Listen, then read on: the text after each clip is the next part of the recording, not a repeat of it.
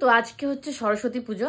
তো সরস্বতী পুজোতে সাধারণত ছোটবেলায় আমরা কোনোদিন কোনো বাড়ি পড়তে বসতাম না, যেহেতু একটা ছুটির দিন থাকতো যে আজকে তো সব বই মাকে দিয়ে দিয়েছি, তো আজকে তো ছুটি। আমার মেয়ে হচ্ছে ব্যতিক্রম।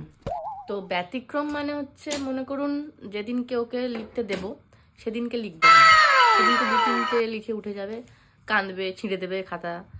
আর যেদিনকে সাধারণত সব বাচ্চারাই ছুটি থাকে যে না আজকে পড়বে না, সেদিনকে ও পড়বে, মানে পুরোটাই উল্টো। তো এই যে এখন লিখছে বসে বসে। সবাইকে হাই বলে দাও। হাই। এইখানে বলো হাই। হাই। বল আমি কি করছি। আমি কি করছি? আরে ভাই বল আমি পড়াশোনা করছি। পড়াশোনা করছি। কি লিখছো তুমি? ডি লিখছি। ডি? হ্যাঁ।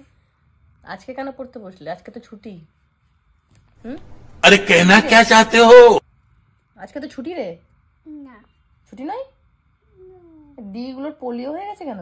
खत्म, टाटा, गुड बाय, गया।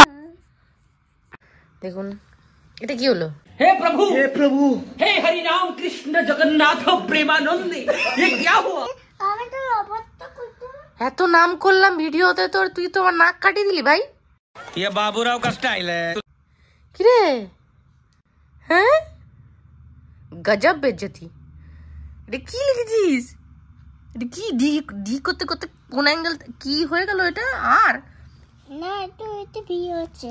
ये मुंह से सुपारी निकाल के बात कर रहे बाबा। কেন ডি লিখছিলিস তো?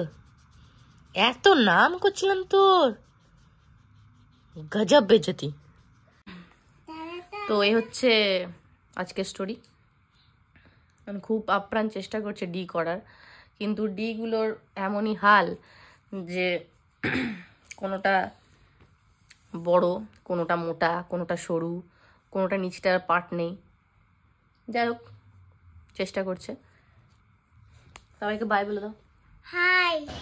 বলো বাই। হাই। বাই। হাই।